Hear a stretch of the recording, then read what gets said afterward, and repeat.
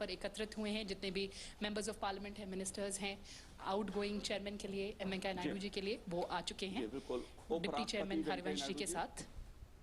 आप देख सकते हैं कि लगातार मूवमेंट हो रहा है इस विदाई समारोह में।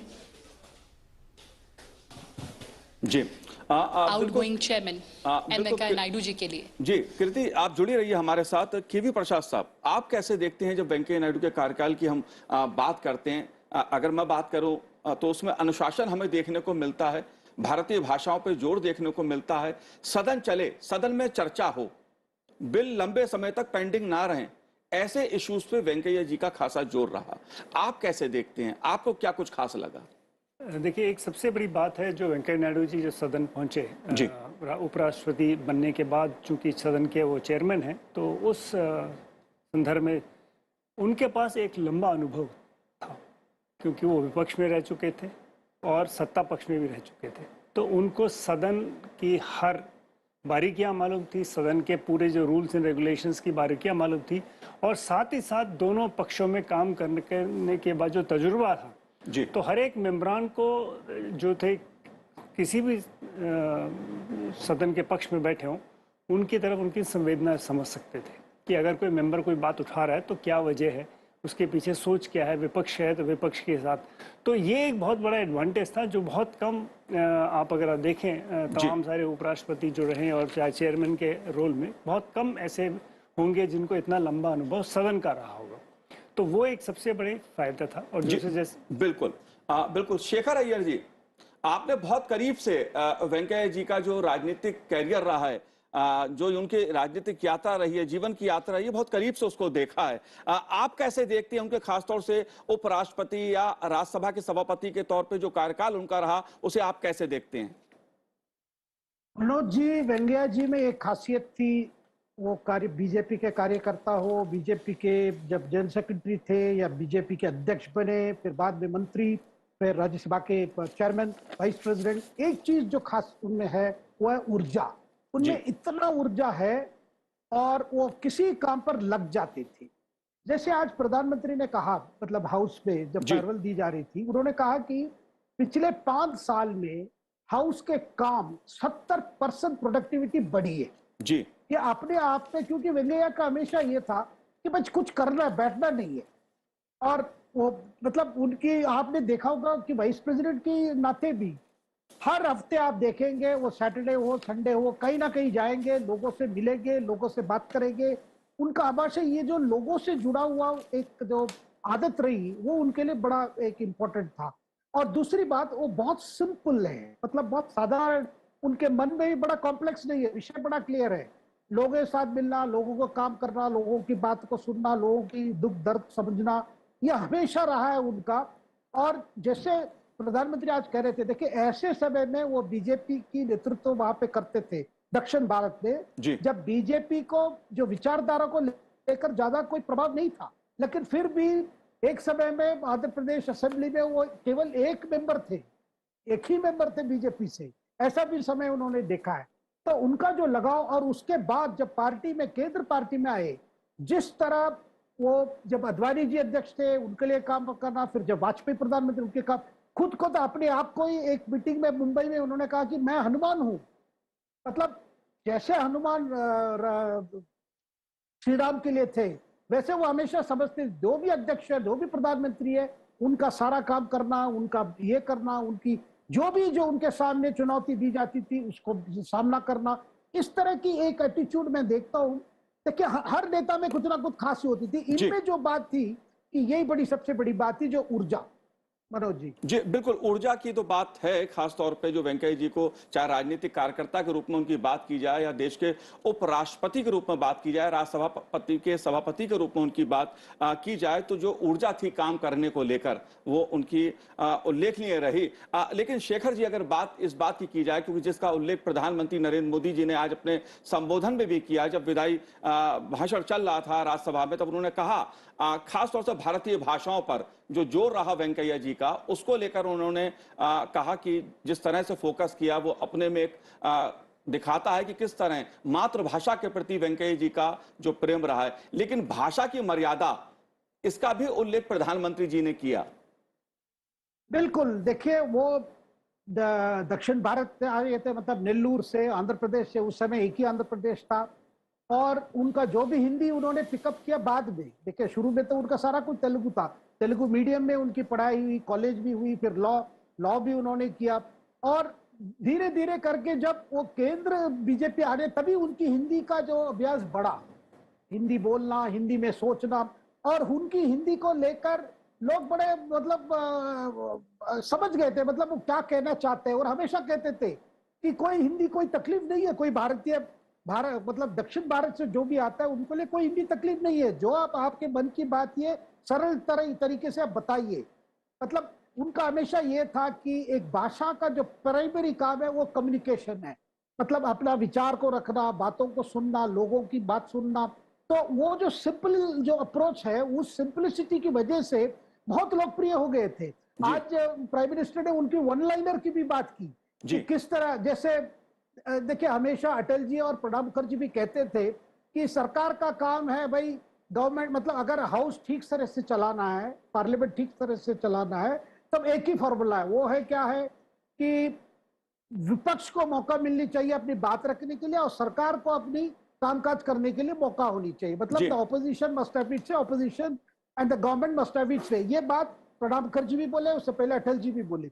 और वेंकैया जी का दूसरा था कि भाई हाउस में, कि हाउस का मेन काम लेजिस्लेटिव काम है, कानून बनाने का काम है।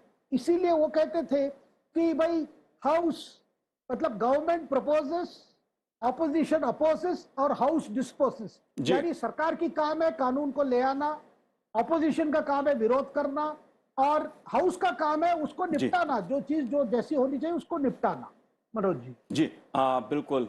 और आप ये सीधी तस्वीरें देख रहे हैं बाल योगी सभागार से, संसद भवन परिसर से देश के उपराष्ट्रपति, राज्यसभा के सभापति के सम्मान में विदाई समारोह का आयोजन किया गया है।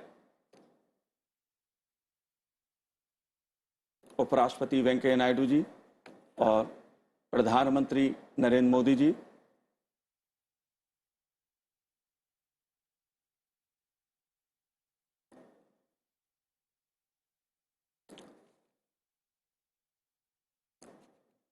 केवी प्रसाद जी, ये जो दृश्य देखने को मिल रहा है, सभी गणमान्य अतिथि इस समय मंच पर, नीचे अवनी ऊपर अंबर, बीच धरा के पवन हिलौरे खाती, सुप्त धरा के शांत करों से सौंधी गंध ये आती, पुष्प गंध में बसा हुआ है आज यहाँ का प्रांगण, अभिनंदन स्वीकार करे अभिनंदन। माननीय उपराष्ट्रपति और राज्यसभा के माननीय सभापति महोदय श्री वेंकैया नायडू, माननीय प्रधानमंत्री महोदय श्री नरेंद्र मोदी, माननीय लोकसभा अध्यक्ष श्री ओम बिरला, माननीय उपसभापति महोदय श्री हरिवंश जी, माननीय सदन के नेता, वाणिज्य और उद्योग मंत्री, उपभोक्ता मामले, खाद्य और सार्वजनिक वितरण तथा वस्त्र मंत्री श्री पीयूष गोयल, माननीय विपक्ष के नेता श्री मल्लिकार्जुन खड़गे, माननीय संसदीय कार्य मंत्री, कोयला मंत्री तथा खान मंत्री श्री प्रहलाद जोशी, मंत्रिमंडल के माननीय सदस्यगण, सभी माननीय संसद सदस्य, उपस्थित अतिथिगण और विराजमान सभी अधिकारी, आज के इस कार्यक्रम में मैं आप सभी का बहुत बहुत स्वागत करता हूं। अपनी परंपरा और इन पलों को जीवंत बनाए रखने के लिए आज हम भारत के उपराष्ट्रपति और राज्यसभा के सभापति श्री वेंकैया नायडू के कार्यकाल की समाप्ति के अवसर पर आपको विदाई देने के लिए एकत्र हुए हैं।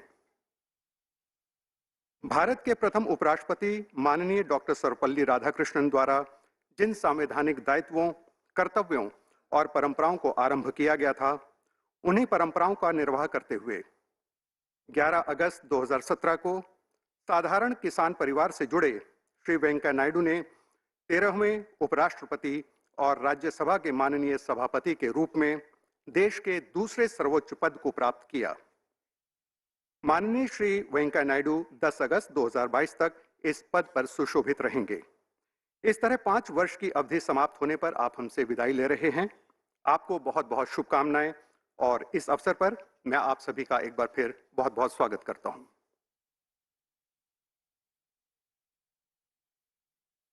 अभिवादन शीलस्य नित्यं मृधोपसेविना चत्वारि तस्य वर्धन्ते आयुर्विद्या यशोबलम। कार्यक्रम का आरंभ करते हुए सबसे पहले मैं माननीय उपसभापति श्री हरिवंश जी से अनुरोध करूंगा कि वे कृपया आज के इस समारोह में मंच पर विराजमान गणमान्य माननीयों का पुष्पगुच्छ देकर स्वागत करें। सबसे पहले माननीय उपराष्ट्रपति और राज्यसभा के माननीय सभापति महोदय श्री वेंकैया नायडू।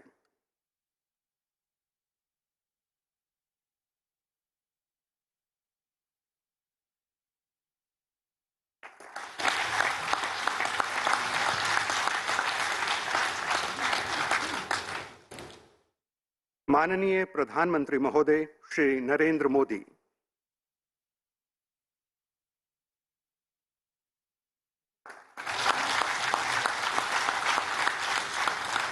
माननीय लोकसभा अध्यक्ष श्री ओम बिरला।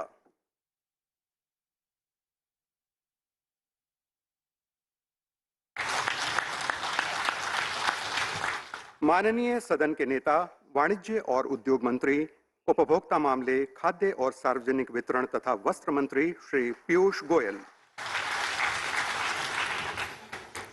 माननीय विपक्ष के नेता श्री मल्लिकार्जुन खड़गे।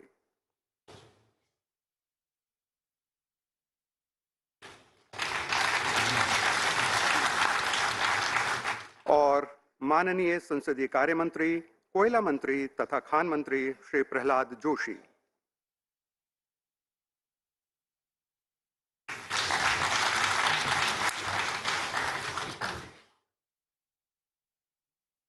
Sir, thank you very much.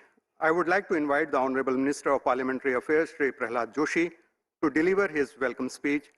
Shri Prahlad Joshi.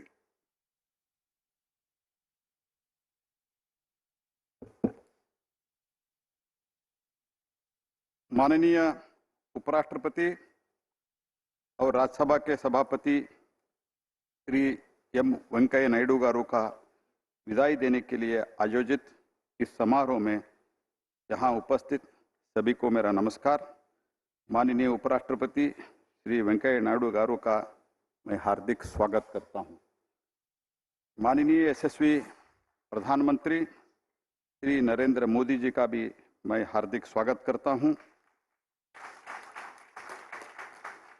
माननीय लोकसभा अध्यक्ष श्री ओम बिरला जी, माननीय उपसभापति राज्यसभा श्री हरिवंश जी, राज्यसभा में सदन के माननीय नेता श्री पीयूष गोयल जी, राज्यसभा में विपक्ष के माननीय नेता श्री मल्लिकार्जुन खड़गे जी, मंत्रिमंडल में मेरे सभी साथीगण, संसद के सम्मानित सदस्यगण, राज्यसभा के सचिवालय के अधिकारी और अन्य गण्यमान्य महानुभाव, देवी और सज्जनों का मैं इस समारोह में आपका हार्दिक स्वागत करता हूं। हमारे प्रिय श्रीमान एम वेंकैया नायडू जी को 13वें उपराष्ट्रपति और राज्यसभा के सभापति के रूप में उनके शानदार कार्यकाल के पूरा होने पर विदाई देने के लिए एक कार्यक्रम आयोजित किया गया है।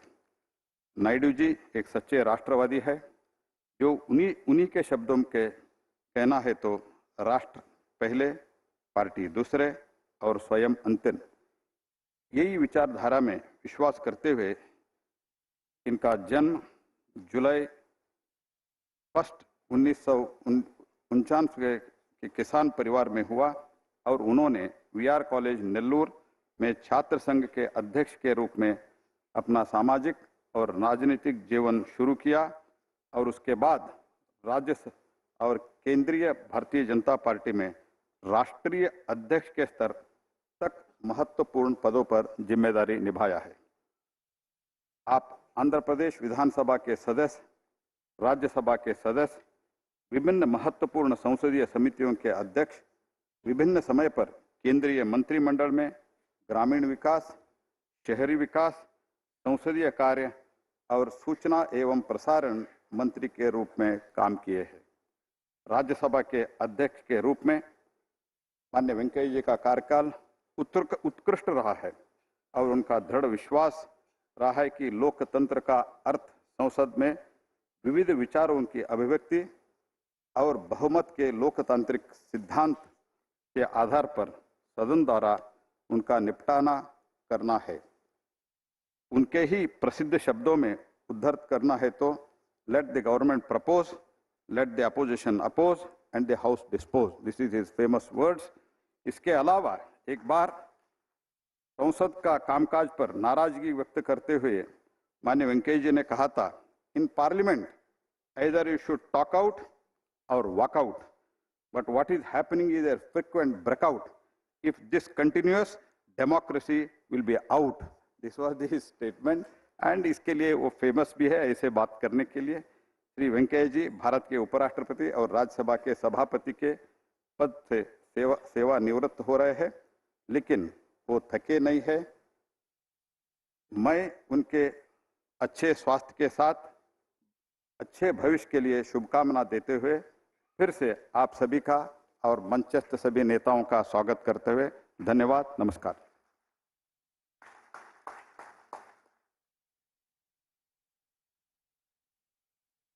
स्वागत भाषण के लिए माननीय प्रहलाद जोशी जी का धन्यवाद। इसी क्रम में मैं माननीय विपक्ष के नेता श्री मल्लिकार्जुन खड़गे से अनुरोध करूंगा कि विदाई के इस अवसर पर आप कृपया अपनी भावनाओं को व्यक्त करें। May I now request Honorable Leader of the Opposition, Shri Mallikarjun Kharge, to say a few words at this moment. Shri Mallikarjun Kharge.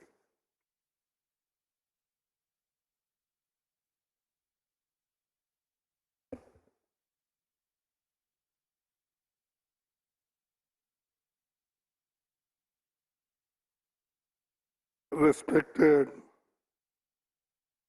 Chairman, Rajya Sabha, Shri Venkaiah Naidu ji, और Honorable Prime Minister Shri Narendra Modi ji, और deputy chairman और हमारे सदन के नेता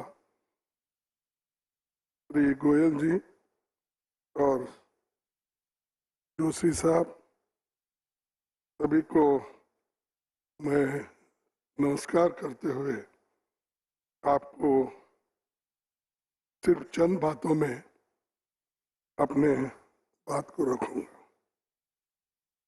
Today we are here to celebrate the completion of tenure of Honorable Chairman Rajya Sabha Shri Venkaiah Naidu ji. Since assuming office in August 2017, you have chaired multiple proceedings of the upper house of Parliament and have had a long career as a parliamentarian. You started your political career as an MLA in the Andhra Pradesh Legislative Assembly from 1978 to 1985. Later, you were elected as member of the upper house from my own state of Karnataka. Not once, 3 times you got elected from that. So I especially congratulate you. Then in 2016, you were re-elected to the upper house from Rajasthan. In your long parliamentary and public career, you have served in several capacities. You were Minister for Rural Development between 2000 and 2002. Later, you were elected as National President of the BJP between 2002 to 2004. Once again, in 2014, you were given administrative responsibilities in the Union Cabinet. You were Minister of Urban Development, Minister of Housing and Urban Poverty Alleviation, and Minister of Parliamentary Affairs between 2014 and 2016. Between 2016 and 2017, you served as Minister of Urban Development, Minister of Housing and Urban Poverty Alleviation, and Minister of Information and Broadcasting. On 11th August 2017, you were elected to the august office of the Vice President of the country and became the ex-officio chairman of Rajya Sabha, and since then you have ably handled the running of the House. Sir, you are source of inspiration for youngsters, and also all the regional parties got chance to speak during your region, irrespective of any language. Starting your public life from humble mornings as an ordinary party worker, you rose to become the Vice President of the country. You brought an experience of 19 years in the House, both from Treasury as well as opposition benches. Vested with vast parliamentary experience, you ably guided the House. Undeterred by the challenging circumstances during COVID-19 pandemic, you ensured that Parliament functioned with innovative initiatives of staggered sittings following all necessary COVID protocols. I would like to congratulate you for a long and illustrious political career. We have been on the opposite side of the political spectrum, but there cannot be any sides in working for the people and for the country. Even though we are bidding your farewell today, however, one never retires in public life. Here, I find it appropriate to cite your own words on the occasion of farewell to retiring members, and that they have retired but not tired. These are the words you expressed on those days. Hence, I have full faith that you will continue working towards the objective of the serving the people. I wish you the very best for the upcoming days of your public life in current times when parliamentary democracy is under immense threat. I am sure you will continue working for upholding the ideals of liberty, equality, fraternity, and justice as enshrined in our Constitution, and safeguard the idea of India as a sovereign, socialist, secular, democratic republic as laid down in our preamble. This would particularly benefit the country's youth, generating awareness and instilling in them respect for India's vibrant democracy and constitutional values. Lastly, with only 2 sentences, I will add and express my desire to one quote from some शायरी। क्यों किसी रहबर से पूछूं अपनी मंजिल का पता, क्यों किसी रहबर से पूछूं अपनी मंजिल का पता, मौजे दरिया खुद लगा देती है साहिल का पता। तो आप कहीं भी रहो, कहाँ भी रहो, तो सभी को आपका पता मालूम ही होगा, और आपका जो काम एनजीओस के रूप में कर रहे हैं पहले से भी, और वो करते रहेंगे, जनता को सफल बनाएंगे, यही कहते हुए मेरे 4 शब्द को समाप्त करता हूँ। जय हिंद, और आपका स्वास्थ्य ठीक रहे, ये भी मैं इस वक्त प्रार्थना करता हूँ, और आप ठीक ढंग से पहले से ही बहुत आप प्रिकॉशंस लेते हैं, उसमें कोई ये नहीं। अगर कोई मास्क नहीं लाया तो उसको पहले मास्क पहनाने का काम करते हैं। अगर कोई ठीक से नहीं भी करा तो आप बाहर जाइए, कर लेके आइए। तो जब सख्ती भी बरकाते हैं और शक्ति जब बरतते हैं तो नेचुरली डिसिप्लिन भी आता है। तो ये काम वो पहले से करते आए हैं, आगे भी करेंगे। इतना ही कहते हुए मेरे 4 शब्द को समाप्त करता हूँ। जय हिंद।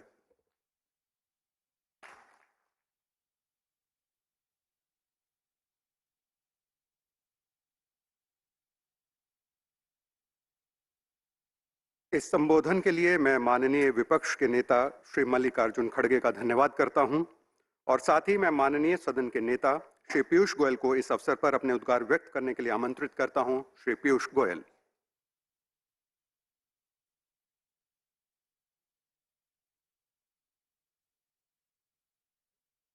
आदरणीय भारत के उपराष्ट्रपति और हमारे राज्यसभा के सभापति महोदय PM वेंकैया नायडू जी, श्रद्धेय प्रधानमंत्री जी श्री नरेंद्र मोदी, स्पीकर लोकसभा श्री ओम बिरला जी, डेप्यूटी चेयरमैन राज्यसभा श्री हरिवंश जी, नेता प्रतिपक्ष श्री खड़गे जी, मेरे सहयोगी और मित्र माननीय प्रहलाद जोशी जी, उपस्थित सभी मंत्रीगण, सांसद, उपस्थित माननीय वेंकैया नायडू जी के परिवार के सदस्य और सभी महानुभाव, आज का दिन मिक्स्ड फीलिंग्स हम सबके दिल में है। एक तरफ एक बड़ा अच्छा कार्यकाल 5 वर्षों का माननीय M वेंकैया नायडू जी का राज्यसभा के चेयरमैन के रूप में हम सेलिब्रेट भी कर रहे हैं। दूसरी तरफ आज हम सभी ने सदन में अपनी अपनी भावनाओं से उनको मिस करने की भी बात की। एक अच्छा कार्यकाल जो शुरुआत में ही माननीय सभापति जी ने कहा था कि if you cooperate I can operate, और इस प्रकार से 5 वर्ष कैसे बीत गए पता भी नहीं चला। प्रोडक्टिविटी हाउस की साधारणता अच्छी रही, ओकेजनली प्रॉब्लम्स जरूर आई होंगी। रिकॉर्ड प्रोडक्टिविटी 2020 में हाउस ने की। सदन की कार्रवाई में बाधाएं भी आती थी, लेकिन आपके कुशल नेतृत्व में लगभग हर विषय पर आपसी तालमेल बनाने का काम आपने सफलतापूर्वक किया और हम सभी को साथ में लेके आप चले। मैं आपको साधुवाद देता हूं कि आपने इतना अच्छी तरीके से इस पूरे सदन को चलाया। इस पूरे सदन में निष्पक्ष तरीके से हम सबको समय समय पर मौका मिला अपनी अपनी बात रखने का। बहुत महत्वपूर्ण विधेयक भी इस दौरान किए गए और मुझे लगता है कि एक बहुत ही लंबे अरसे तक आपके समय किए गए जो अलग अलग फैसले हैं, चाहे वो देश की सुरक्षा के संबंध में हो, देश की एकता अखंडता के संबंध में हो, महिलाओं के संबंध में हो, इस प्रकार से जेंडर इक्वालिटी के लिए इस सदन ने आपके कार्यकाल में विधेयक पास किए। युवाओं के लिए जिस प्रकार से अलग अलग चर्चाएं भी हुई और विधेयक पास किए गए, मैं समझता हूं ये पूरा कार्यकाल एक बहुत ही अहम कार्यकाल रहा जिसको हम सब याद रखेंगे। हम सब की ओर से मैं आपको शुभकामनाएं देता हूं और आगे भी आपका मार्गदर्शन, आपका इसी प्रकार का हम सबको प्रेरणादायी गाइडेंस मिलते रहेगी, इसके लिए मैं प्रार्थना करता हूं। बहुत बहुत धन्यवाद आपके सभी पूरे 5 साल के कार्यकाल के लिए और बहुत बहुत शुभकामनाएं आगे के लिए। धन्यवाद।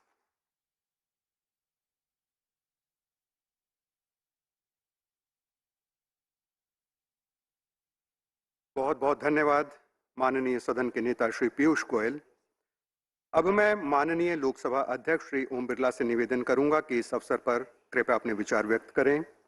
I take this opportunity to invite Honorable Speaker Shri Om Birla to share his thoughts with us.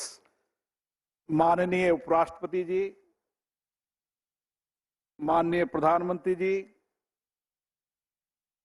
Rajya Sabha में सदन के नेता, राज्यसभा में सदन में विपक्ष के नेता,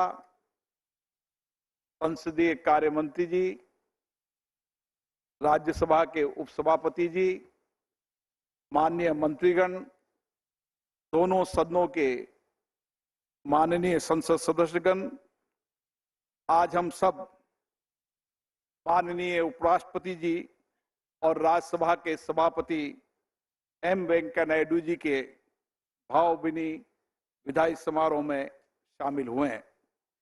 पिछले 5 वर्षों में भारत के गणराज्य के 13वें उपराष्ट्रपति के रूप में आपने जिस गरिमा, शालीनता, अनुशासन प्रियता और विद्वता से इस उच्च संवैधानिक पदों के दायित्व का निर्वहन किया, वो देश के नागरिकों के लिए नहीं, हम सभी जनप्रतिनिधियों के लिए भी प्रेरणादायी है।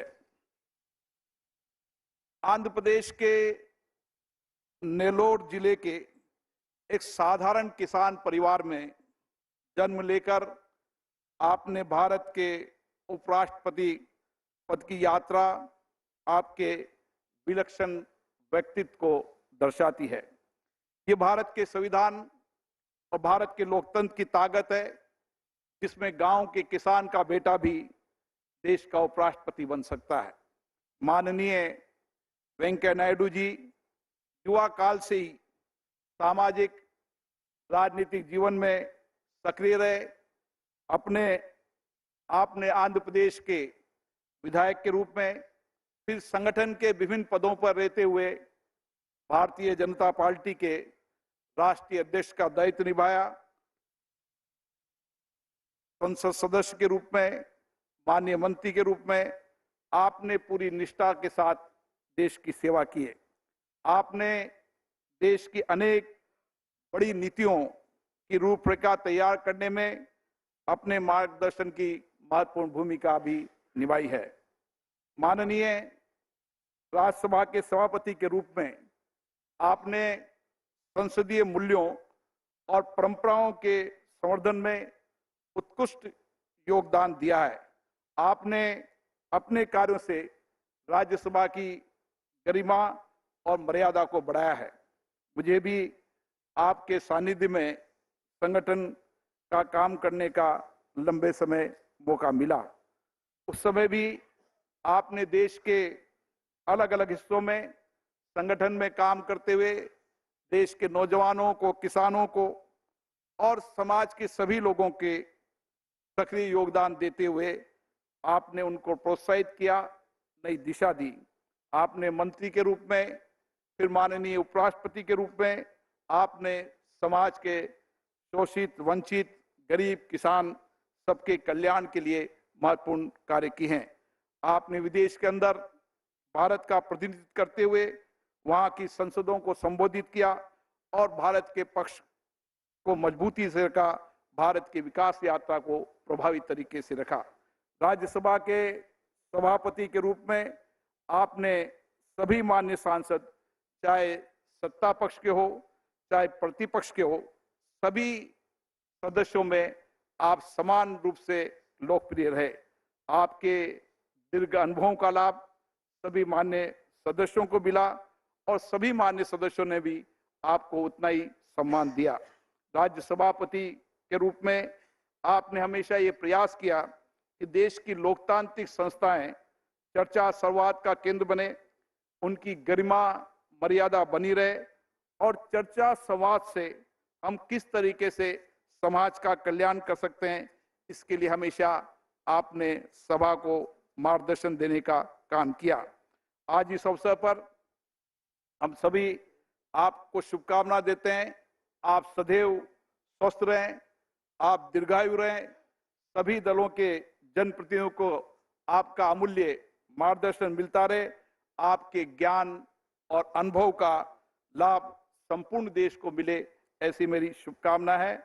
मैं आशा करता हूं कि आपके एक लंबे सामाजिक राजनीतिक जीवन का लाभ आगे भी इसी तरीके से देश को मिलता रहेगा। धन्यवाद।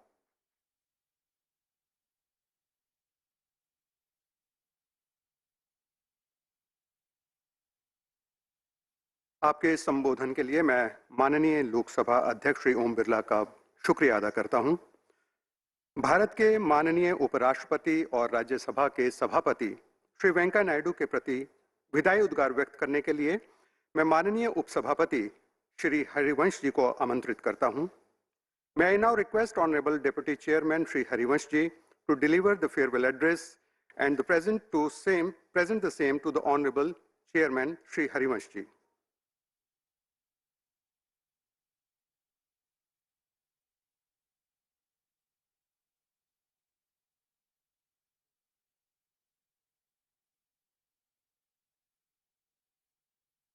Honorable Chairman, we, the members of Rajya Sabha, have assembled here to bid you farewell on the eve of your demoting the august office of the Chairman.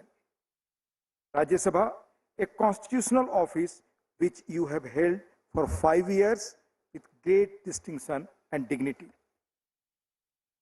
You have had the rare distinction of being the first sitting member of this august House to become the Chairman of Rajya Sabha. Sir, with a heavy heart, we bid you farewell. Sir, your life is an inspiration for the common man. A humble farmer's son, you would overcome challenging circumstances and rise to the exalted position of the Vice President of India and the Chairman Rajya Sabha. From a aspirant leader in the university to the present, you have traversed a long journey in public life of over 5 decades, achieving significant milestones as a firebrand aspirant leader, veteran parliamentarian, astute organizer, able administrator, and above all, as the country's thought leader, performing the constitutionally ordained role of the Vice President and Chairman Rajya Sabha. Sir, your journey in public life bears testimony to your steadfast commitment and tireless work for the cause of the poor and the deprived sections of the society. Sir, inspired by the ideals of total revolution of Lok Nayak Jayaprakash Narayan, you plunged into the arduous task of nation building and elevated every position you held in the party, in the government, and also in the constitutional setup. The issues concerning the welfare of the people, Antyodaya, have remained close to your heart. Sir, you left an indelible mark in the various responsibilities you discharged as a union minister.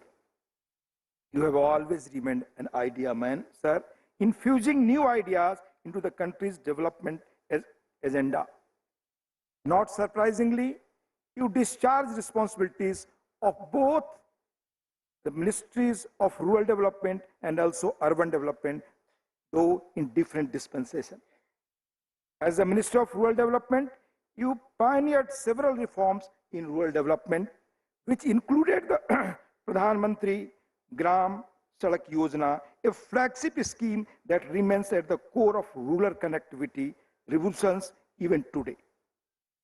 You spearheaded the government's key initiatives on a smart city, Swachh Bharat, and comprehensive action plans for urban infrastructure development as a Minister of Urban Development. Your parliamentary knowledge and experience and your bipartisan relations across political spectrum made you the natural choice for handling the Ministry of Parliamentary Affairs. In that capacity, you played a pivotal role in building bridges of understanding between the Treasury and opposition benches on issues of national importance. Building consensus on important legislations had been your strength, which came to the fore on several occasions. in particular during the passage of the GST bill that had sharpened the political divide of the time. Sir, you have had a distinguished legislative career spanning nearly 3 decades, serving as a member of the Andhra Pradesh Legislative Assembly for 2 terms and as a member of the Rajya Sabha consequently for 4 terms. You have been in the treasury benches as well as in the opposition. In your different capacities as the chairman, Parliamentary Committee on Petitions and Committee on Home Affairs, and also as a member, you effectively use the forums of the legislature to forcefully articulate the concerns of the common man. Your vast parliamentary experience, deep understanding of and fastidious attention to the rules and procedures were deeply reflected in the remarkable way you conducted the proceedings of the House. You have always endeavored to conduct the business of the House through a fair and impartial application and interpretation of rules, conventions, practices, and precedents. We applaud you for performing your role as chairman, Rajya Sabha, with sheer grace and excellence. Sir, true to your commitment to healthy parliamentary tradition, you developed a 3D roadmap: discuss, debate, and decide for conducting the business of the House. The deliberative role of the Rajya Sabha and its members was always uppermost in your mind. To this end, you never allowed procedures to be compromised in any form, and on several occasions, you strictly enforced the laid down rules to ensure the quality of debate and productivity of the House. Your uncompromising approach made you appear a hard taskmaster, sir, but it was all in the larger interest of the institution. We all know too well that you were a leader with hard exterior and soft interior. On numerous occasions, you have shown your sensitive side as you become emotional when frequent disruptions took toll of the proceedings of the House, tarnishing the image of the Rajya Sabha in the eyes of the public. We vividly recall your sane advice on the occasion of assumption of office of Chairman Rajya Sabha when you said, sir, I quote, "Our democratic polity allows flourishing of different ideas and thoughts on a range of socio-economic issues, but adversarial politics should not be allowed to have adverse impact on the functioning of Parliament, which in turn impacts the progress of our nation." All throughout your tenure, you missed no opportunity to remind us of our duty as public representatives and implored us to work together for nation building. Because of your earnest efforts, the House recorded substantial progress in its productivity and perceptible increase in the participation of the members, both in the House and in the committees.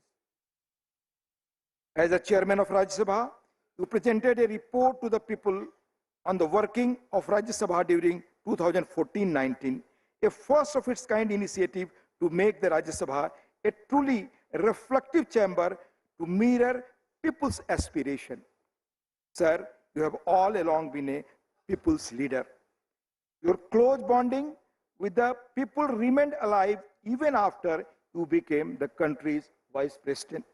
Despite being engrossed with the responsibilities of your high office, you tirelessly traversed the length and breadth of the country and reached out to a cross-section of people, especially the youth, women, farmers, scientists, and doctors. Your untiring zeal in remaining connected with the masses has been the hallmark of your leadership. A strong votary of preserving and promoting the Indian languages, you encouraged us to speak in our mother tongue in the House. Through your public exposition, you also endeavored to sensitize the teachers and also the students about the natural advantages of learning in mother tongue. You yourself have been a polyglot with a distinct command over several Indian languages. because of your advocacy and support, members can now speak in the House in any of the 22 scheduled languages with simultaneous interpretation in English. As an immaculate wordsmith, you have often added a dash of humor when tensions ran high by weaving words together in a rhyming but meaningful way. Your oratorial brilliance, laced with instant wit and humor, makes you one of the finest speakers we have witnessed in our parliamentary polity in the recent times. Sir, we are beholden to you for the deftly steering the functioning of the House during the unprecedented COVID pandemic. Your concerns in ensuring our personal health and safety during the difficult time while making the House functional will be remembered for times to come. Sir, your role as the chairman of Rajya Sabha has been indeed noteworthy, as you have guided the House when the country is celebrating 75th year of our independence as Azadi Ka Amrit. We will treasure our memories of your tenure as chairman of Rajya Sabha. We will value your guidance and advice and strive to live up to the ideals, duties, and responsibilities you have expected from us as public representatives and serve the nation and the people. We bid you farewell, wishing you the best of health and a joyful life ahead. We sincerely hope that you continue to guide and inspire the nation with your sagacious thoughts and ideas, sir.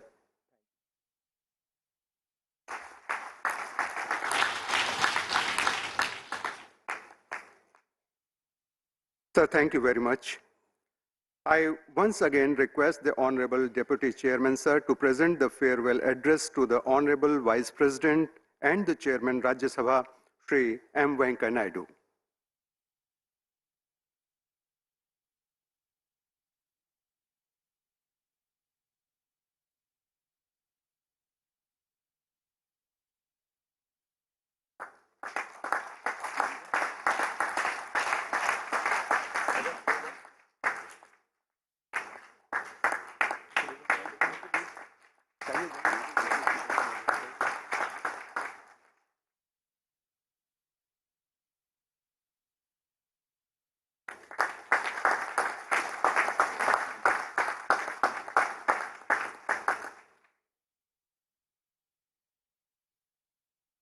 बहुत बहुत शुक्रिया। हमारी परंपरा रही है कि हम इस विदाई समारोह के अवसर पर माननीय उपराष्ट्रपति को एक स्मृति चिन्ह भेंट करते हैं। माननीय प्रधानमंत्री जी हमारे साथ यहाँ उपस्थित हैं। मैं सीधे माननीय प्रधानमंत्री महोदय से अनुरोध करूंगा कि आप कृपया राज्यसभा के माननीय सभापति श्री वेंकैया नायडू को स्मृति चिन्ह भेंट करें।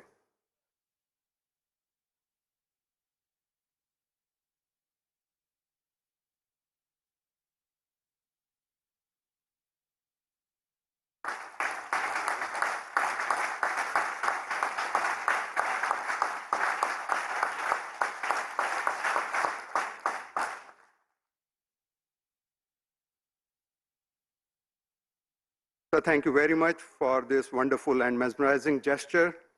I once again request the Honorable Prime Minister, sir, to release a chronicle of Honorable Vice President of India and Chairman Rajya Sabha Shri M. Venkaiah Naidu from 2017 to 2022, entitled Interacting, Involving, Inspiring.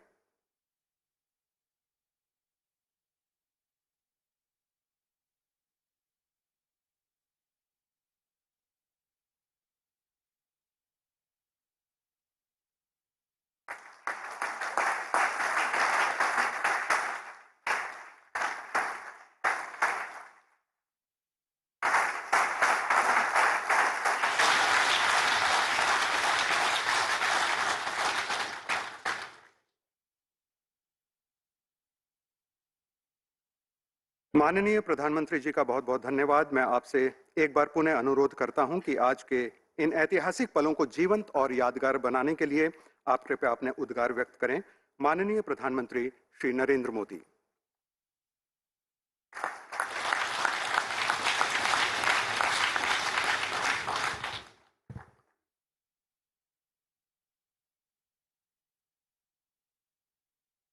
आदरणीय उपराष्ट्रपति जी, मंचस्थ सभी वरिष्ठ महानुभाव, उपस्थित सभी गणमान्य सांसदगण,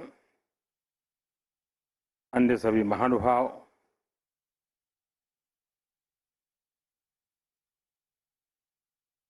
जितना मैं वेंकैया जी को जानता हूं,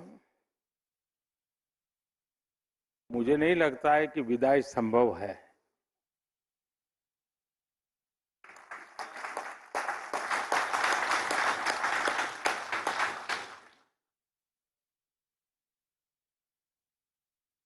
ग्यारह तारीख के बाद आप जरूर अनुभव करेंगे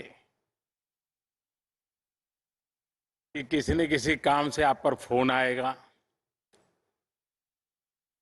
आपके विषय में कुछ जानकारी मिली होगी, सुख दुख की बात होगी तो तुरंत पूछेंगे। यानी एक प्रकार से वो हर पल सक्रिय रहते हैं, हर पल हर किसी के बीच होते हैं, और ये उनकी बड़ी विशेषता रही है।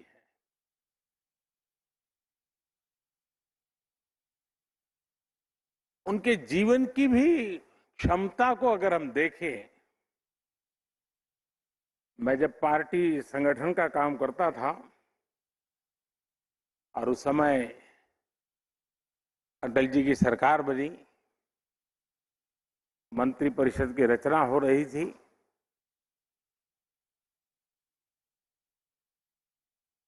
तो मैं संगठन का काम करता था, तो मेरा और वेंकैया जी के बीच संवाद जरा अधिक रहता था। उन्होंने मुझे कहा कि वैसे तो ये प्रधानमंत्री का ही अंतिम निर्णय होता है कि कौन मंत्री बनेगा, किस मंत्री को क्या काम मिलेगा, कौन सा डिपार्टमेंट रहेगा, और ये भी तय था कि साउथ में से वेंकैया जी जैसे वरिष्ठ नेता का मंत्री होना तय था।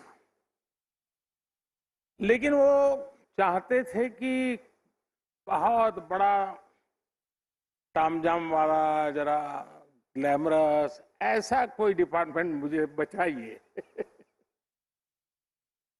और बोले अगर प्रधानमंत्री जी को बुरा न लगे तो मेरी इच्छा है कि मेरे मन का काम अगर है वो है ग्रामीण विकास, अगर मुझे ग्रामीण विकास का काम मिले तो मैं करना चाहता हूं। यानी ये पैशन, ये अपने आप में बहुत बड़ी बात है। अटल जी को वेंकैया जी की और भी जरूरतें थी, लेकिन चूंकि उनका मन ये था तो अटल जी ने उस प्रकार से निर्णय भी किया और उस काम को बखूबी वेंकैया जी ने निभाया। अब और एक विशेषता देखिए, वेंकैया जी शायद एक ऐसे व्यक्ति हैं कि जिन्होंने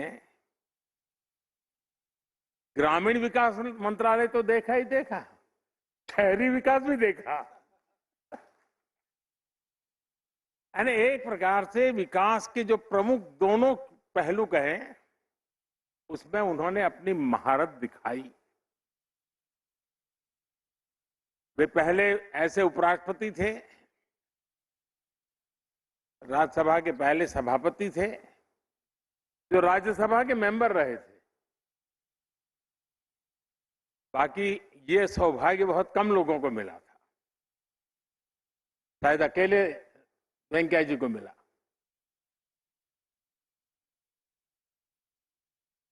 अब जो स्वयं लंबे समय तक राज्यसभा में रहे हो, जो पार्लियामेंट्री अफेयर्स के रूप में कार्यभार देख चुके हो, इसका मतलब है कि उनको सदन में क्या क्या चलता है, पर्दे के पीछे क्या चलता है, कौन सा दल क्या करेगा, ट्रेजरी बैंक की तरफ से क्या होगा, सामने से क्या होगा, वो उठ करके उसके पास गया, मतलब ये खुराफत कुछ चल रही है, इन सारी बातों का उनको भलाई भांति अंदाज था। और इसलिए सभापति के रूप में दोनों तरफ उनको पता रहता था कि आज ये करेंगे, और ये उनका जो अनुभव था वो ट्रेजरी बेंच के लिए उपयोगी होता था, तो विपक्ष के मित्रों के लिए परेशानी भी का कारण बनता था कि पता चल जाता था। लेकिन उन्होंने सदन को और अधिक सक्षम बनाना, सांसद का बेस्ट देश को कैसे मिले, ये उसकी चिंता। पार्लियामेंट्री कमिटीज अधिक प्रोडक्टिव हो, आउटकम ओरिएंटेड हो और वैल्यू एडिशन करने वाली हो। शायद वेंकैया जी पहले ऐसे सभापति रहे होंगे जिन्होंने पार्लियामेंट्री कमिटीज के फंक्शन के संबंध में भी इतनी चिंता की होगी और राजी नाराजी व्यक्त करते हुए उसमें सुधार लाने का एक निरंतर प्रयास किया।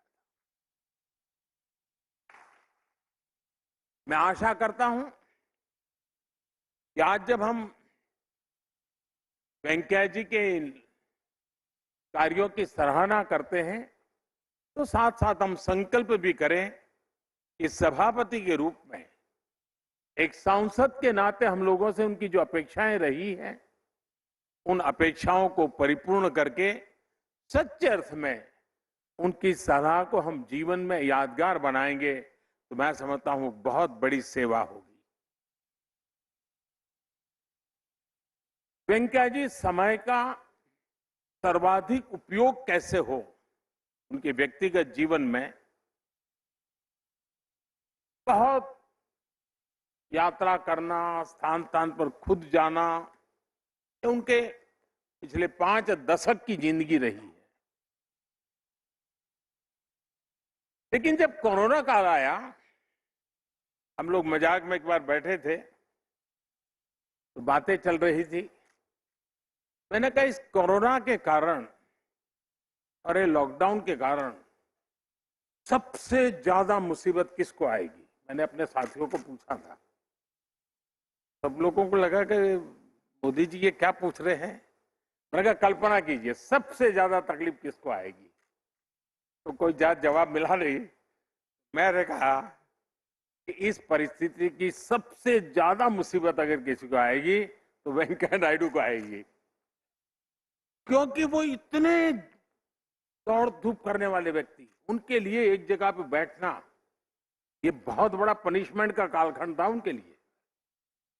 लेकिन वे इनोवेटिव भी हैं और उसके कारण उन्होंने इस कोरोना कालखंड का एक बड़ा रचनात्मक उपयोग किया। उन्होंने, मैं एक शब्द प्रयोग करना चाहूंगा, वो विद्वान लोगों की नजर में ठीक होगा कि नहीं मैं नहीं जानता हूं, लेकिन वो टेली यात्रा करते थे। और टेली यात्रा उन्होंने क्या किया, सुबह टेलीफोन डायरी लेके बैठते थे और पिछले 50 साल में देश भर में भ्रमण करते करते सार्वजनिक जीवन में, राजनीतिक जीवन में जिन जिन लोगों से उनका संबंध आया है, उसमें जो वरिष्ठ लोग थे, डेली 30, 40, 50 लोगों को फोन करना, उनके हाल पूछना, कोरोना के कारण कोई तकलीफ तो नहीं है इसकी जानकारी प्राप्त करना और हो सके तो मदद करना। उन्होंने समय का इतना सदुपयोग किया था। लेकिन उन दूर सुदूर इलाकों में छोटे छोटे कार्यकर्ताओं को जब उनका टेलीफोन आता था तो वो तो ऊर्जा से भर जाता था। इतना ही नहीं, शायद ही कोई एमपी ऐसा होगा कि जिन्होंने कोरोना काल में वेंकैया जी की तरफ से फोन उनको ना आया हो, उनका खबर न पूछी हो, वैक्सीनेशन की चिंता न की हो। यानी एक प्रकार से परिवार के एक मुखिया की तरह उन्होंने सबको संभालना, सबकी चिंता करने का भी उनका प्रयास रहा। वेंकैया जी की एक विशेषता है, मैं जो कहता हूं ना कि वो कभी हमसे अलग हो ही नहीं सकते। और उसके मैं उदाहरण बताता हूं। एक बार इलेक्शन कैंपेन के लिए वो बिहार गए हुए थे। अचानक उनका हेलीकॉप्टर को लैंडिंग करना पड़ा, खेत में उतारना पड़ा। अब वो इलाका भी थोड़ा चिंताजनक था, थोड़े सिक्योरिटी के भी इशू खड़े हो जाए इस प्रकार का था। लेकिन नजदीक के किसान ने आकर के उनकी मदद की, वो मोटरसाइकिल पर उनको नजदीक के पुलिस थाने तक ले गया। अब भारत के सार्वजनिक जीवन के हिसाब से देखें तो वेंकैया जी बहुत बड़े व्यक्ति, लेकिन आज भी उस किसान परिवार से उनका जीवंत नाता है। यानी बिहार के दूर सुदूर ग्रामीण जीवन में एक घटना के समय किसी की मदद मिली, वो मोटरसाइकिल वाला किसान आज भी वेंकैया जी के साथ मेरी बात होती है, लगातार होती है। इस प्रकार का गर्व से बात करें, ये वेंकैया जी की विशेषता है। और इसलिए मैं कहता हूं कि वे हमेशा हमारे बीच एक सक्रिय साथी के रूप में रहेंगे, मार्गदर्शक के रूप में रहेंगे। उनका अनुभव हमारे लिए काम आता रहेगा। आने वाले उनका कार्यकाल अधिक अनुभव के साथ अब वेंकैया जी समाज की एक नई जिम्मेवारी की तरफ आगे बढ़ रहे हैं। तब ये बात सही है। आज सुबह जब वो कह रहे थे तो उन्होंने कहा कि भाई मुझे जब ये दायित्व आया तो मेरा एक पीड़ा का कारण ये था कि मुझे मेरी पार्टी से इस्तीफा देना पड़ेगा। जिस पार्टी के लिए मैंने जीवन खपा दिया उससे मुझे इस्तीफा देना पड़ेगा। उसका मुझे कोई संवैधानिक आवश्यकता थी तो, लेकिन मुझे लगता है कि वो 5 साल की जो कमी है वेंकैया जी जरूर भरपाई कर देंगे।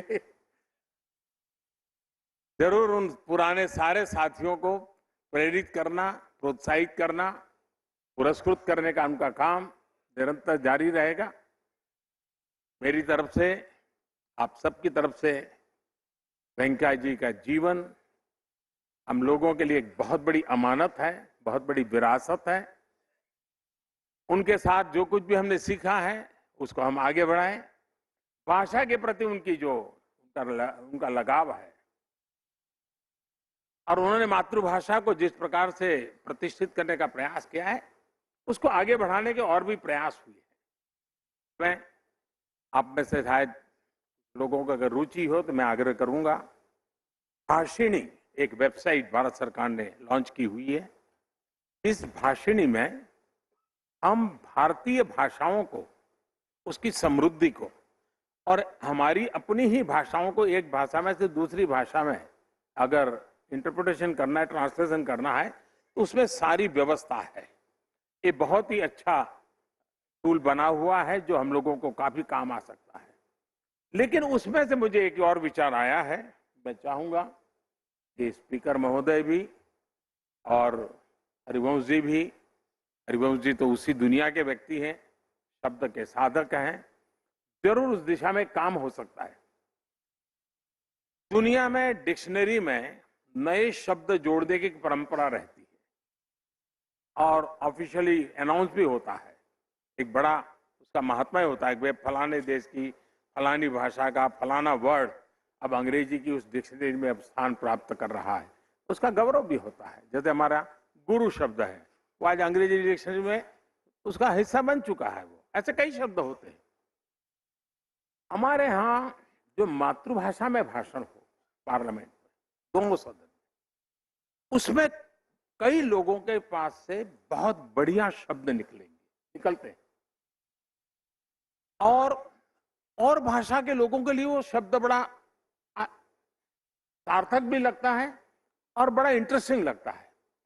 क्या हमारे दोनों सदन हर साल इस प्रकार के नए शब्द कौन से आ रहे हैं जो सचमुच में हमारी भाषा वैविध्य को लेकर के आते हैं, नए तरीके से आते हैं, उसका संग्रह करते चले और हर वर्ष एक बार अच्छे शब्दों का संग्रह भी हम प्रकट करने की परंपरा खड़ी करें, ताकि हमारी मातृभाषा का जो वेंकैया जी का एक लगाव रहा है उनकी इस लीगेसी को हम आगे बढ़ाएंगे। और जब भी हम इस काम को करेंगे हमें हमेशा वेंकैया जी की बातें याद आएगी और एक जीवंत काम हम खड़ा कर देंगे। मैं फिर एक बार आप सबको बहुत शुभकामनाएं देता हूं।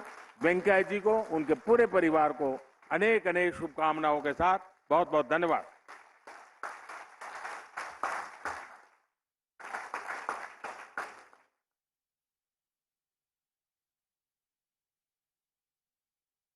मैं माननीय प्रधानमंत्री का उनके संबोधन और उद्गारों को व्यक्त करने के लिए धन्यवाद करता हूं। माननीय श्री वेंकैया नायडू 5 वर्ष तक भारत के दूसरे सर्वोच्च पद पर आसीन रहे। माननीय श्री वेंकैया नायडू ने देश विदेश में भारत का प्रतिनिधित्व किया। राज्यसभा के सभापति के रूप में आपने अपने कर्तव्यों का निर्वहन किया, अनेक महत्वपूर्ण और ऐतिहासिक कार्य किए और अपनी संस्कृति का पालन करते हुए नई परंपराओं की नींव रखी। इस अवधि के दौरान क्या क्या अनुभव रहे, इसकी अभिव्यक्ति स्वयं माननीय उपराष्ट्रपति और राज्यसभा के सभापति श्री वेंकैया नायडू स्वयं कर सकते हैं। अब मैं सीधे आज के कार्यक्रम के केंद्र बिंदु माननीय सभापति श्री वेंकैया नायडू से अनुरोध करूंगा कि वे कृपया इस अवसर पर अपने विचार रखें।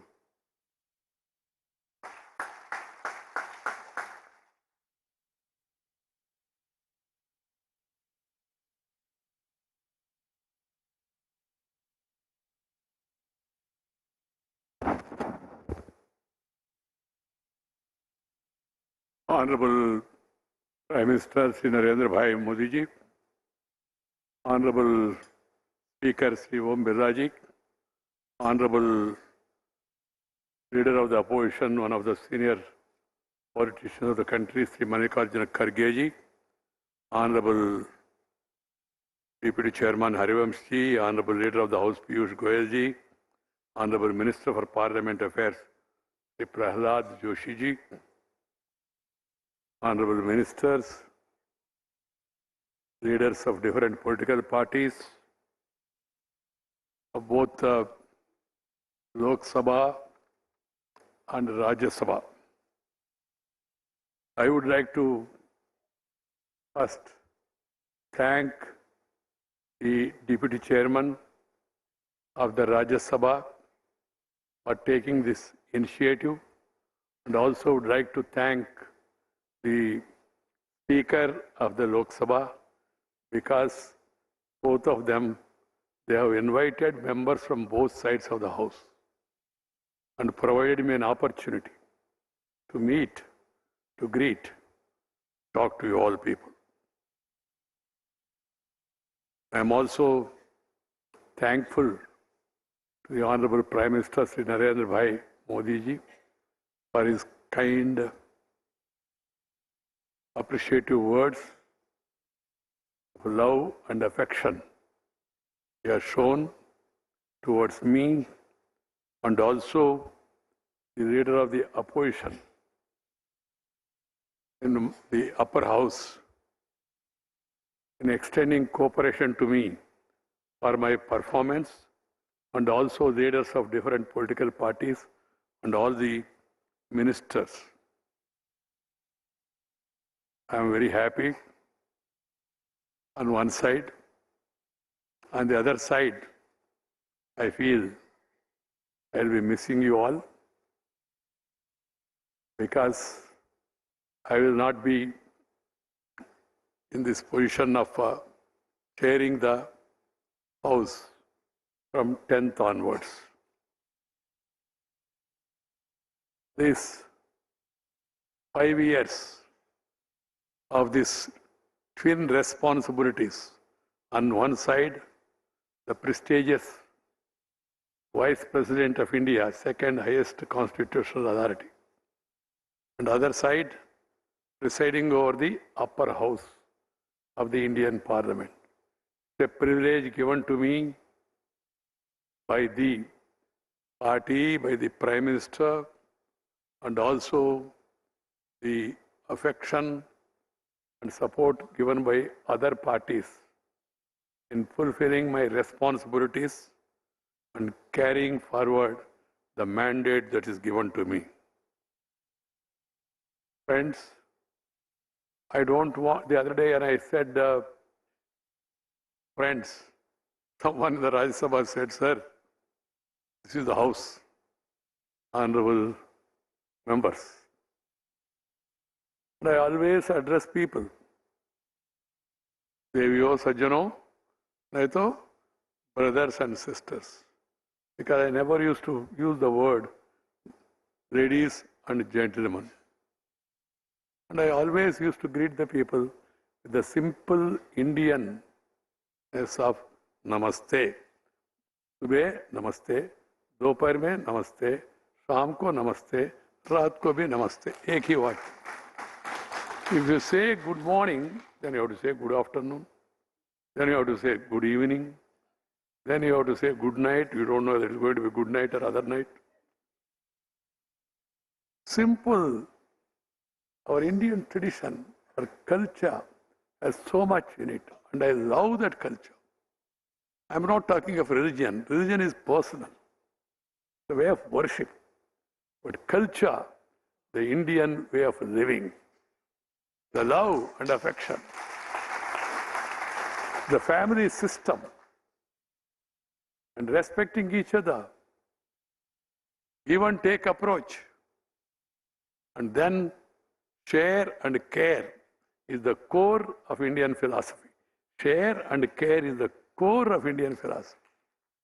And loving the nature, love the nature, and nature will love you.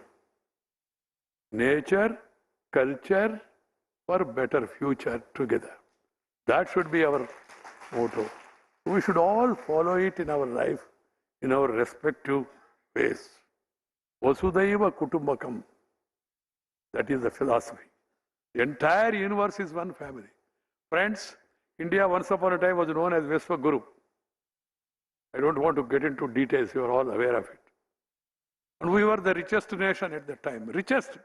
It may be news for many of us also because we are taught the colonial history, suppressing the facts about the greatness of this culture, this heritage, and this civilization. We are the oldest civilization. There are, of course, Egypt, Babylonian, Roman, but where are they today? And India is once again is on the rise. India is being recognized, respected, appreciated worldwide, thanks to the prime ministers, that three-line reform, perform, and transform. Transformation that is taking place in every walk of life, every sector is being watched. The world, some people are not able to digest our growth. Some of the Western countries, they don't have that capacity to digest. They are suffering from indigestion. That's what I say. Otherwise, the talent of Indian people is on the display everywhere in the world.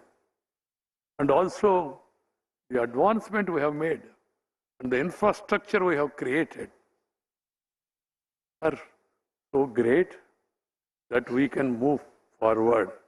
Of course, I do agree that there are few challenges. Everybody should remember those challenges and give priority to face those challenges.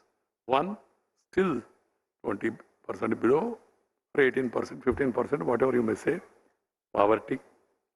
And then around same percentage, illiteracy, who cannot write and read.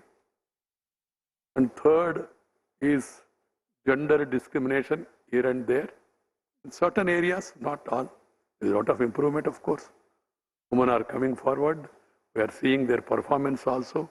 They are proving they are second to none. And then also social discrimination here and there. You read the stories even today. So these are the challenges we have in front of us.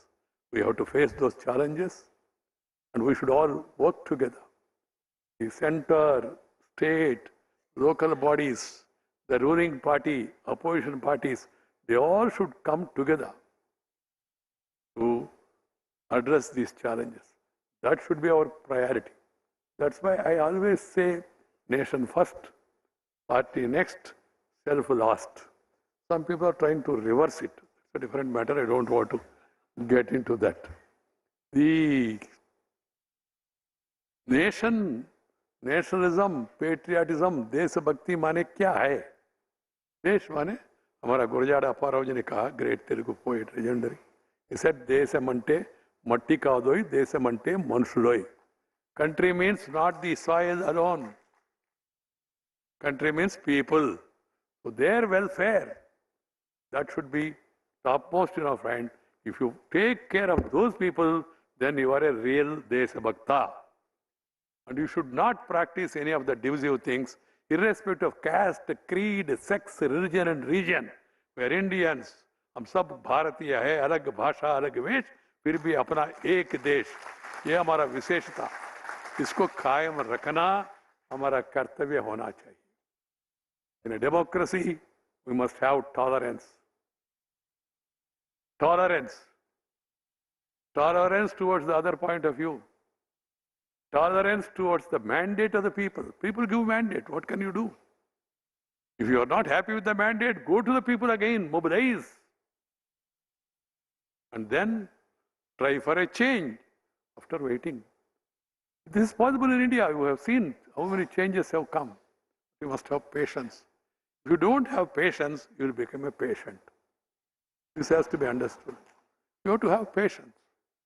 And the government, in spite of having majority, should also give respect for the opposition to have their say. Let the opposition have its say. And finally, the government will have its way because they have majority. But the opposition's say must also be allowed to be heard. This is my advice. I come from a very ordinary farmer's family, Kisan family. I feel proud of my background. There was no school in my village. 3 kilometers I used to walk, go to school. Unfortunately, I lost my mother at a very young age. I could not even recollect her face. That is the great misfortune for me. Otherwise, everything that I wanted, not wanted, expected, aspired, not aspired, everything has come to me. School people, leader, college president, union president, first I was vice president, then president, university students, union chairman, then youth wing president, All India vice president, state party general secretary, All India general secretary, state party president, All India president, then MLA at young age, and then leader of the party at young age, though there were seniors. I always recall that I used to announce about arrival of Sri Atal Bihari Vajpayee ji to my town. आज शाम को cooperative मैदान में आम सभा है, श्रीमान अटल तरुण हृदय सम्राट हम लोग कहते थे उस समय, श्रीमान अटल बिहारी वाजपेयी जी हमारा शहर में पधार रहे, आप सब लोग आके सबको सफल कराए. ऐसा झटका में बैठ के टांगा में अनाउंस करते थे और रात में दीवार के ऊपर लिखते थे, student being president also, and spend time. But I never visualized that one day that same Venkaiah, who pasted the posters, who wrote on the walls, who announced about the arrival of great leaders, would become president of the ruling party and sit beside Sriman Atal Bihari Vajpayee and Advani, both sides, being a ruling party president. That is the beauty of this democracy. But you must have conviction. You must be, as I told you, have patience. You must work hard. There is no shortcut. Work hard and always think about the people and always be with the people. I have that strength and weakness also. I can't, as PM was mentioning, I can't sit idle. If I am taking rest, I will become restive. Rest only during arrest. Otherwise, if I feel if there is any rest is given to me, I will become a little restive also. This is how I could come up in life, meeting people, greeting people, talking with people, walking with the people, eating with the people, trying to know the people and trying to make people to know your ideas. That's how I worked all these years and reached this thing. Thanks to the support given by Prime Minister, the President of the party in which I was a member, and all other colleagues. In spite of comparatively for some of the leaders I was junior, they all promoted me, encouraged me. Not because of anything else. I can tell you also, I never touched the feet of anybody. So far in my life, though I treat Vajpayee and Advani ji next to God for me. Never. Still, I could come up to this place. One is their love and affection. Second is the hard work. I appeal to all the parliamentarians to work hard, go around, try to acquire knowledge. I was really restive. As Narendra Bhai was telling, during that COVID period, there was only one person who was happy. That was my wife. He said, for a change, he is there at home at least for such a long period, because I never stayed. Even after my marriage also, I used to go around. COVID, there was lockdown, so you could not go. So I used to feel it is restive, but try to communicate with the people in whatever possible means is there.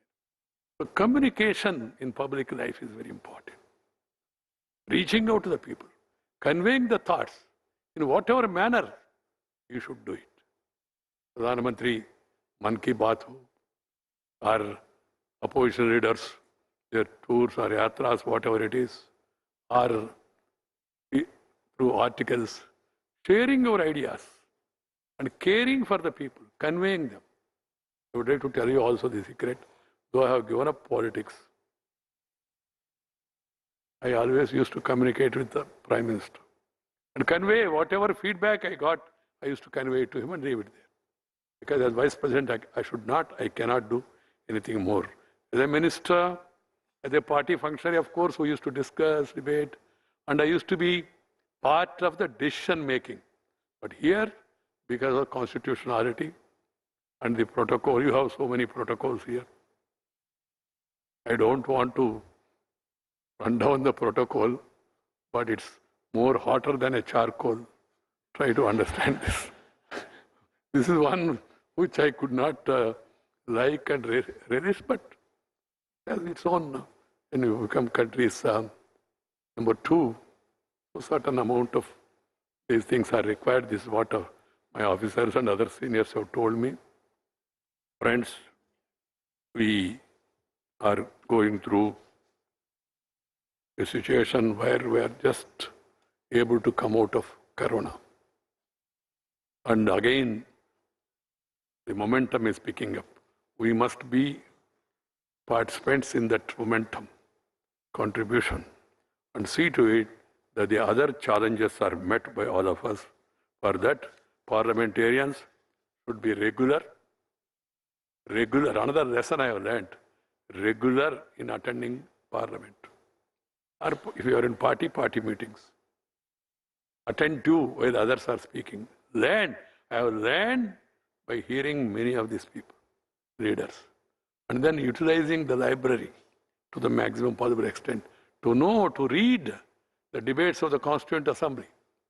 What those great men have said at that time.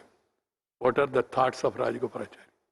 What are the teachings of Sardar Patel, Jawaharlal Nehru, many stalwarts. Those days, what did Nadpai, Vajpayee said, Masani or Acharya Ranga said, or Prakash Veer Sastri has said, or Bhupesh Gupta, or Indrajit Gupta, or Jyotirmai Basu. What are the speeches they made? You go through that. You may not agree on everything, but you will understand. You will understand them better. And by understanding them better, you are making yourself better understood by others also. This is one lesson I have learned, which has helped me to grow in my responsibility. So I call upon all the members of Parliament, because we are having a farewell on behalf of the Rajya Sabha and Lok Sabha together. I am focusing more on the responsibility, duties, and functions of the parliamentarians. We are celebrating 75th year of our independence. This is the time. Tomorrow we are going to have Quit India. We have successfully driven them out under the leadership of great stalwarts. But now we should recall the life and teachings and preachings of those great people. One thing I am happy about the approach of the government of giving Padma Awards, recognizing the unrecognized. That is the need of the hour. To showcase them before the country. They are the real heroes and heroines. There are many, not the few, that found place in textbooks. Many, thousands in every region. Great people. I'm happy certain newspapers are giving life stories of these so-called regional heroes. They are not regional, they are national. But they were confined to those states. There are great heroes who made sacrifice from different states across the country, different regions, including the Northeast. So those legendary great leaders' life should be recalled. We should tell our younger generation, and we should see to it that they know of the teachings and preachings of these great people, and then so that they can follow it in their life. This is, I thought I should convey it to you. This, we should move on, move forward. We should be positive. Only thing good about, the bad about positive is only Corona. Corona positive means that's different. But positive momentum, positive thought, positive thinking, positive way of putting things is the need of the hour. We should feel proud. We should never utter any word or say anything which will undermine India's credibility in the Committee of Nations. As I told you already, certain section of the Western press, they want to run us down. They don't give importance to what is happening. And they try to give us lessons, preach us lessons about, I don't want to get into the details of how apartheid, how untouchability, how racism, how sex, discrimination on the basis of so many things are happening, and how the countries are ruled with their own religious books in their hands. We are proud that appeasement of none, justice for all, that is the philosophy of India. All religions, they must get importance, they must get respect. That is the philosophy of our Indian life. So let us all follow it and then see to it that this during the Azadi Ka Amrita Mahotsav, we all meet people and convey them and the great works have done by those people. And finally, I conclude, the houses should function on the 3D formula. Dignity, decency, decorum, debate, discussion, then decision. The other fourth D should not be used. That is disruption. Once in a way, it's quite natural to people to get agitated, protest, but protest it in a more dignified way. Protest through your voice, because noise is not going to help also. Voice is more important. And then talk out and walk out. Don't allow breakout, because it will lead to all out of democracy. This has to be kept in mind by all of us. And then, friends, I see a lot of talent in youngsters in Lok Sabha, in Rajya Sabha. For information, whenever I like a speech, I telephone even Lok Sabha members also now. Whenever I get an occasion to hear their speeches. And I always feel that youngsters, they should be encouraged. They should be given importance, because they are the future of our country. So let us all be proud of our culture, of our youngsters and their talent, and give them the necessary encouragement. Once again, मैं सभी को धन्यवाद देना चाहता हूँ मेरा हृदय से, विनम्रता से, और जो अभी सम्मान पत्र मुझे प्रेजेंट किया, that is very valuable for me. I cherish these memories throughout my life and remember you, and will continue to meet, greet, even after demitting my office. I'll be going around and trying to meet as many people as possible and greet them also as possible. And then now, from day of tomorrow, 15th August, we are getting again Independence Day. But 11th is my Independence Day from this protocol. I'll be free, I'll be free to go meet people, stop anywhere, suddenly go to anybody's house, eat food of my choice, share my thoughts freely and mingle with the general people. Dhanyawad, Namaskar, Jai Hind.